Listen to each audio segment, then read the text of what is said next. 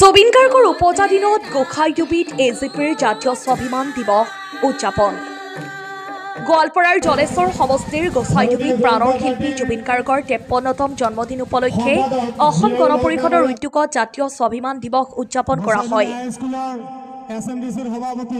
কাৰ্যসূচীৰ আৰম্ভণিতে প্ৰাণৰ শিল্পী জুবিন গাৰ্গৰ প্ৰতিচ্ছবিত মাল্যৰ্পণ আৰু শ্ৰদ্ধাঞ্জলি জ্ঞাপন কৰা হয়।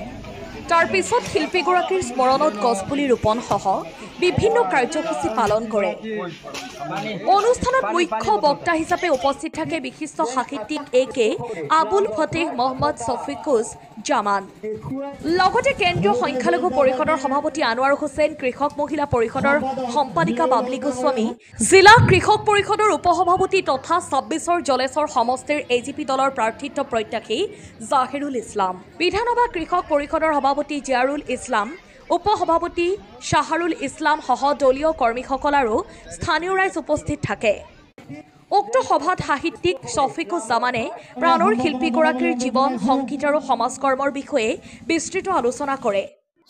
কেন্দ্ৰীয় সংখ্যালঘু পৰিষদৰ সভাপতি আনোৱাৰ হুছেইনে উল্লেখ কৰে, জুবিন গাৰ্গে যিদৰে সকলো জাতি জনগোষ্ঠীক একত্ৰিত কৰি বৃহত্তৰ অসমীয়া জাতি গঠনৰ সপোন দেখিছিল, সেই আদৰ্শ যদি সমাজলৈ নিব পাৰোঁ তেতিয়াহ'লে তেওঁৰ প্ৰতি প্ৰকৃত শ্ৰদ্ধাঞ্জলি জনোৱা হ'ব।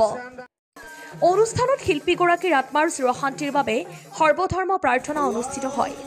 তাৰ উপৰিও জুবিন গাৰ্গৰ গানৰ পৰিৱেশন আৰু বিভিন্ন নৃত্য প্ৰদৰ্শনৰ জৰিয়তে এই মহান শিল্পীৰ প্ৰতি গভীৰ শ্ৰদ্ধাঞ্জলি অৰ্পণ কৰা হয়।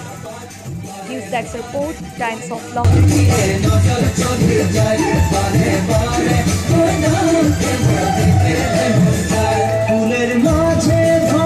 আমি অসম গণ পৰিষদৰ কেন্দ্ৰীয় কমিটিয়ে এটা সিদ্ধান্ত লৈছিল যে জুবিন গাৰ্গৰ জন্মদিনটোক আমি জাতীয় স্বাভিমান দিৱস হিচাপে আমি সমগ্ৰ অসমতে আজি পালন কৰাৰ কাৰণে কেন্দ্ৰীয় কমিটিয়ে সিদ্ধান্ত লৈছিল।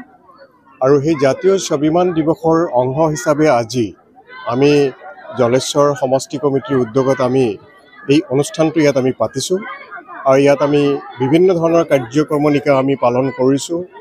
ইয়াত বিভিন্ন নাম কীৰ্তন কৰা হৈছে আৰু আমি প্ৰকৃতিৰ বন্ধু লেখক সাহিত্যিকক মাতি আনি পেলাই আমি জুবিন গাৰ্গৰ জীৱনৰ ওপৰত আমি ইয়াত এটা আলোচনা সভা আমি অনুষ্ঠিত কৰিছোঁ। আৰু এই অনুষ্ঠানটোৰ যোগেদি জুবিন গাৰ্গৰ প্ৰতি আমি এটা আন্তৰিক আমি শ্ৰদ্ধাঞ্জলি জ্ঞাপন কৰি এই মেছেজটো আমি অসমৰ জনগণক আমি দিব বিচাৰিছোঁ। অসম গণ পৰিষদে যে জুবিন গাৰ্গে যেনেকৈ কোনো জাতি ধৰ্মৰ ওপৰত বিশ্বাস কৰা নাছিল আৰু বৃহত্তৰ অসমীয়া জাতি গঠনৰ সপোন দেখিছিল, আমিও এই কাৰ্যক্ৰমণিকাৰ যোগেদি আজি সভাখনৰ যোগেদি আমিও ৰাইজক আমি আহ্বান জনাইছোঁ যে জুবিন গাৰ্গৰ যিটো আদৰ্শ আছিল, জুবিন গাৰ্গৰ যিটো মানৱতাবাদী দৃষ্টিভংগী আছিল, সেই দৃষ্টিভংগীক যদি আমি মানুহৰ মাজলৈ লৈ যাব পাৰোঁ তেতিয়াহে প্ৰকৃতপক্ষে জুবিন গাৰ্গৰ প্ৰতি আমাৰ শ্ৰদ্ধাঞ্জলি জনোৱা হ'ব। হয়, এইটো আমাৰ এটা বহুত অপূৰণীয় ক্ষতি হৈ গৈছে। গতিকে তেখেতৰ যিবিলাক আদৰ্শ আছিল, তেখেতে অনবৰত দুখীয়াক ৰোগীয়াক সাহায্য দিয়াৰ কাৰণে, সহায় কৰাৰ কাৰণে এটা মনোভাৱ আছিল, এটা মানসিকতা আছিল। সেইটো বস্তু উপলব্ধি কৰিয়ে আমি আজি গোটেই অসমতে ভাৰতীয় জনতা পাৰ্টীৰ ফালৰ পৰা আমি ৰক্তদান শিবিৰ আয়োজন কৰিছোঁ, যাতে আমাৰ এই ৰক্তৰ জৰিয়তে দুখীয়া মানুহে যাতে বেমাৰত সকাহ পাব পাৰে। সেই হিচাপত আমি অগপ বিজেপি দুয়োটা দলেই আমি বিভিন্ন কাৰ্যসূচীৰ লগতে আমি ৰক্তদান শিবিৰ এটা ৰাখিছোঁ, যাতে আমি দুখীয়া ৰোগীয়া মানুহখিনিক আমি সহায় কৰিব পাৰোঁ। জুবিন দা আমাৰ মাজত নাই, আজি তেখেতৰ আমি জন্মদিন পালন কৰিলোঁ। মনত চবেই অশান্তি জানে, চবেই অসমবাসী ৰাইজে তেওঁক চবেই ভাল পাইছিল। আমাৰ হিয়াৰামঠি আছিল, আমাৰ হিয়াৰামঠু আজি আমাৰ ওচৰত নাই। আজি এই বহাগ মানে জুবিন দা, বহাগ আহিল মানে জুবিন দা। যিকোনো প্ৰগ্ৰাম, যিকোনো হেৰিত আমি জুবিন দাকে বেছি পাওঁ। জুবিন দাৰ গান শুনি চবেই ভাল পায়। ইমান দিন আমাৰ ওচৰত আছিল যেতিয়া মানুহটো, আমি গান শুনিছিলোঁ, সঁচা আমি ভাল পাওঁ। আমাৰ অসমবাসী ৰাইজে তেওঁৰ গান বহুত ভাল পায়। আজি তেওঁ আমাৰ মাজত নাই, আমি বহুত দুখিত। অকল আমি নহয়, পুৰা অসমবাসীয়ে দুখিত। আমি বিচাৰোঁ জুবিন দাই নাই পাওক, এতিয়া তেওঁ স্বৰ্গগামী হৈছে, তেওঁ য'তে থাকক ভালে থাকক, আমাকো আশীৰ্বাদ কৰক যাতে আমি তেওঁক প্ৰত্যেক বছৰ আমি সুঁৱৰিব পাৰোঁ এই ধৰণে। আৰু তেওঁৰ যিখিনি আমাৰ শিক্ষা দি গ'ল যে আমাৰ জাতি নাই, ধৰ্ম নাই, বৰ্ণ নাই, ভাষা নাই, আমি চব একে, ঠিক মই বিচাৰোঁ তেওঁ কোৱা ধৰণে আমি যাতে তেনেকৈ আগবাঢ়ি যাব পাৰোঁ, মই এইখিনিয়ে বিচাৰোঁ। কেন্দ্ৰীয় কমিটিৰ নিৰ্দেশ মৰ্মে গোটেই অসমতে আমাৰ স্বাভিমান দিৱস হিচাপে জুবিন গাৰ্গৰ জন্মদিৱস উপলক্ষে মানে আমি পালন কৰিলোঁ আৰু 126টা সমষ্টিতে আমি পালন কৰিলোঁ। তো যিয়ে নহওক আমাৰ কথা হ'ল যে জুবিন দাৰ আমি আজি কাৰ্যসূচী ৰাখিছিলোঁ নাহৰ গছ পুলি ৰোপণ কৰিলোঁ আৰু আমি এটা সিদ্ধান্ত লৈছোঁ জলাশৰ সমষ্টিত মছজিদ মন্দিৰ যিকোনো খেলপথাৰ আমি যাতে নাহৰ গছ পুলি ৰোপণ কৰিব পাৰোঁ তাৰো এটা মানে আমি এটা পৰিকল্পনা লৈছোঁ। সৰ্বধৰ্ম প্ৰাৰ্থনা কৰিছে আমি নাম প্ৰাৰ্থনা কৰিলোঁ। আমি মৌলানা হাফেজ কোৰাণ তেলাৱাত কৰিম মানে কাৰ্যসূচী ৰৈ গৈছে বাকী আমি কৰিম।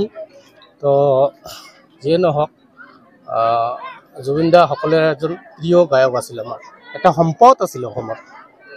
তো আমাক দুখ লাগে মানে ক'বলৈ ভাষা নাই, কেতিয়াবা আমি কান্দি পেলাওঁ জুবিনৰ কাৰণে। স্বৰ্গীয় জুবিন গাৰ্গ ডাঙৰীয়াৰ মানে জন্মদিন 18 নৱেম্বৰ 2025 আমি গোসাইডুবি স্কুল খেলপথাৰ প্ৰাংগণত অগপ দলৰ কেন্দ্ৰীয় কমিটিৰ নিৰ্দেশ মৰ্মে এখনি স্বাভিমান দিৱস পালন কৰিলোঁ।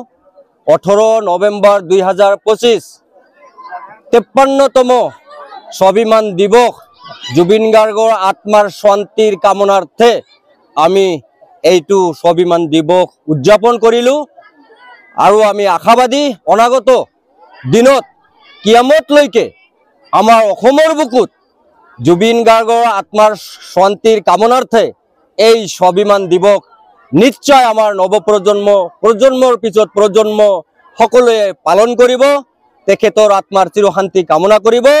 তেনে উদ্দেশ্য সন্মুখত ৰাখি আমাৰ অগপ দলৰ কেন্দ্ৰীয় সভাপতি সন্মানীয় অতুল বৰা ডাঙৰীয়াৰ নিৰ্দেশ মৰ্মে আজি আমি অগপ দলৰ জলেশ্বৰ সমষ্টি কমিটিৰ উদ্যোগত আজি আমি এইটো স্বাভিমান দিৱস পালন কৰিবলৈ সক্ষম হৈছোঁ।